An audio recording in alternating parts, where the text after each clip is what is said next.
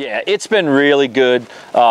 The redfish and speckled trout action has just been off the charts. We're just ending our what we consider to be our redfish season in the ways of our clients, because we deal with a lot of clients that do a lot of red fishing through the January through April period.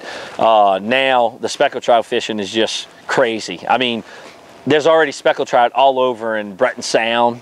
I mean, there's speckled trout all over along the coastline. You know, any of the areas that are right on the edge of the coast, there's fish all over.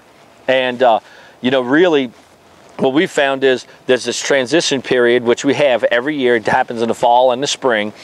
We've got fish still inside that are staging in deeper holes, but actually getting on the ledges. So they're suspending is what they're doing. They're sitting there, and they're very nice speckled trout.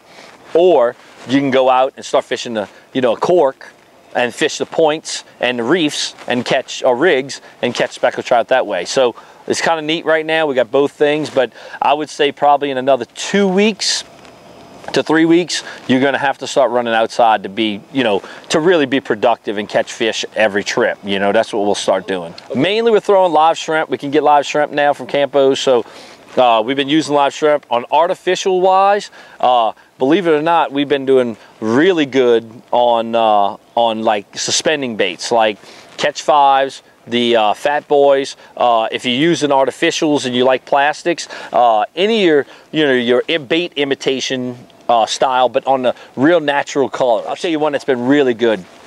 Opening night with the chartreuse tail. That bait has been doing great. I'll be honest with you, I've used them so much I'm out of them right now, and that's been a really good bait for us. And then just straight sparkle beetles. I use sparkle beetles a lot. That's a bait that works really well this time of year because the shrimp and minnows going through. The profile looks kind of like both, so the fish are real aggressive on it. And using those working really good. Fishing bottom, working up ledges is what I've been using for that. I am seeing shrimp right now. As a matter of fact, the other day I went into a pond. I was filming my TV show, and we're going into a pond. I got my trolling motor. It's kind of grassy in there, and I was doing a sight fishing show, and I'm going through, and the shrimp were just jumping from the trolling motor. And when you start seeing that on the interior marsh, they were brown shrimp. That's letting us know right there we're about 2 weeks out. It's gonna happen, because when those shrimp flood the marsh, the trout are still inside and the redfish are still inside, but they're only going to be there until this new moon comes. Once the new moon comes, they're going to fall out, and then all your bait is mainly going to be out on the edges, and that's when you start seeing birds diving.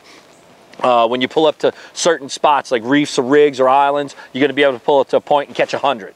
Where right now you pull up to a point, you catch 20 or 30. You got to move to another one. That's all going to change within 2 weeks. I would say May is probably one of our best months to produce not only numbers of fish, but we're going to produce some really big fish. And I'm not talking about 10 pounders. I'm talking about fish that are going to be consistently in a 16 to 20 inch range.